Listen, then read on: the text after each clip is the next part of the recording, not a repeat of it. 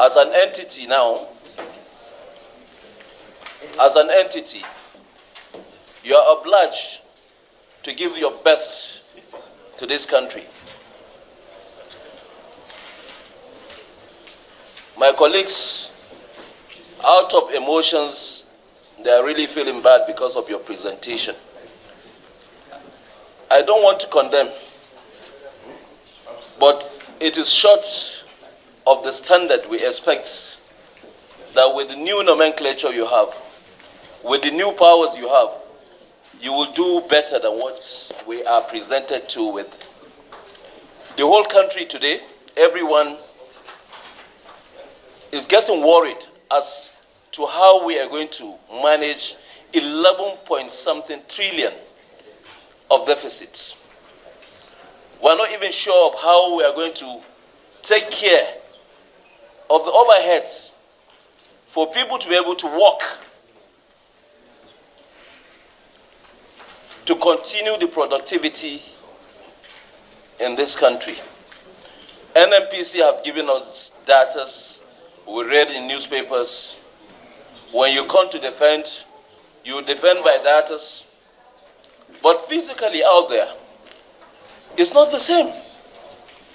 We are made to understand that we're consuming over 60 million liters of oil per day. PMS, per day in this country. We are talking about rehabilitating our refineries. We are talking about paying subsidy. Until today, Nigerians do not know who are those people that are collecting this subsidy. We are talking about demurrage.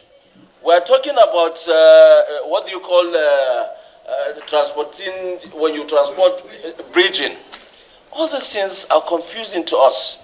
I, as a legislator who is representing my own people, I want NNPC to at least give us an insight to understand so that the common man on Nigerian streets will know what subsidy means.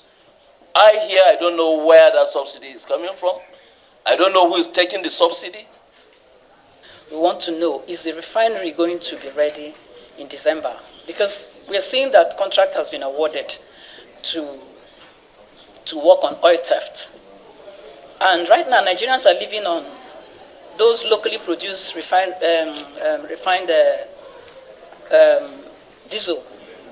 So while we are doing that, yes, it's necessary for us to do that. But so what happens to Nigerian businesses? What happens to the Nigerian people in terms of sourcing for diesel? Because I don't have any, you may have to tell us how much diesel you import, because so far we've been hearing about fuel importation. How much diesel have you been importing? And of course, we are also hearing of production lock-in by the oil companies.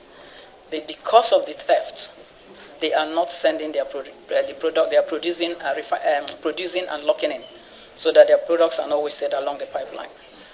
What are the timelines to stop this? 2 of the 3 refineries are currently being rehabilitated. One is the Port Harcourt refinery, and the second one is the Warri refinery, and Petrochemicals Company. In terms of the Port Harcourt refinery, that started last year in 2021. What we've tried to show there, and again, we are sorry for some of the pagination that are missing in the presentation. But what you tried to show in the presentation, distinguished senators, is to first of all take us through a journey of how we got to where we are today.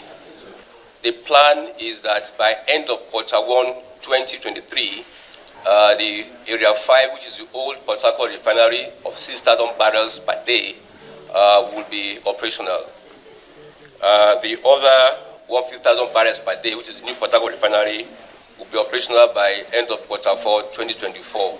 So that is the plan that we have, and that's the plan that we are working with, sir.